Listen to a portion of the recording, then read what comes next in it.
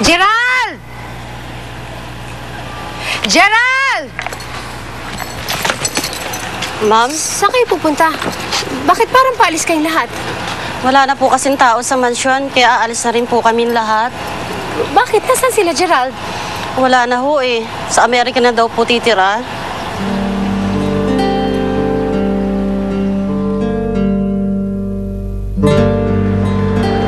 Kailangan pa talaga nating umalis. Leia, mas mabuti na to sa Amerika. Mas mapapalaki natin na maayos ang mga bata. Mapag-aaral pa natin sila sa maayos na university. Buka muna. Maganda rin naman dito sa Pilipinas.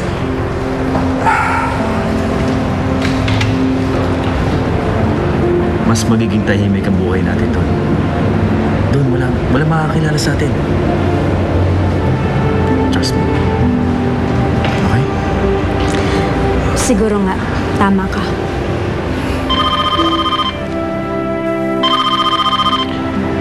Sandali lang ah. Kailangan ko lang sagutin to.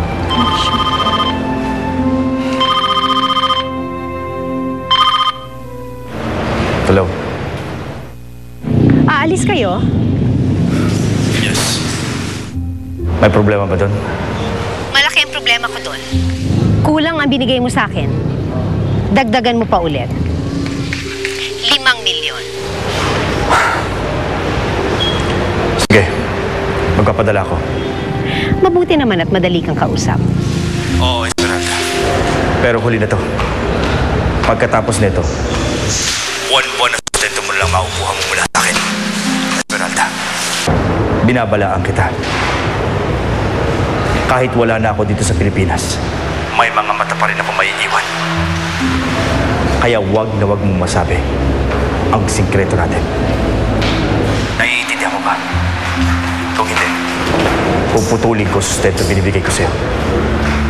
Lalo ka mawawalan.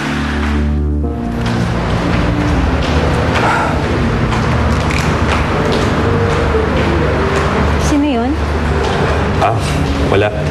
Problema lang sa opisina.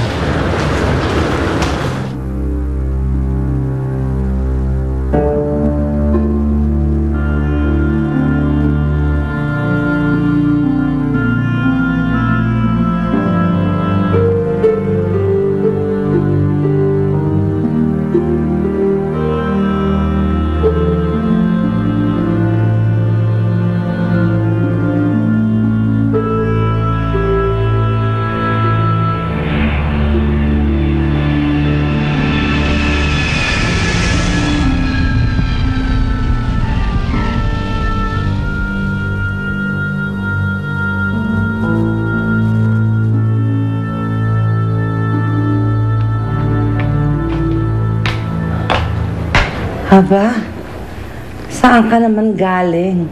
At ilang araw kang nawala? Namasyal ako. Namasyal? Sa kasino? Ma, Ma, can you please stop nagging me? ay naku, Esmeralda. Pwede ba? Sana naman wag mong waldasin ang perang binigay ni Gerald sa'yo dyan sa sugal.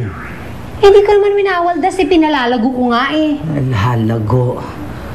Sobra ka na.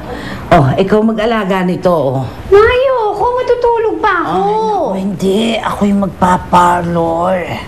Magpaparlor ako dahil ako'y kumukulubot na ang kutis ko sa'yo, Iha. Ma! Hindi.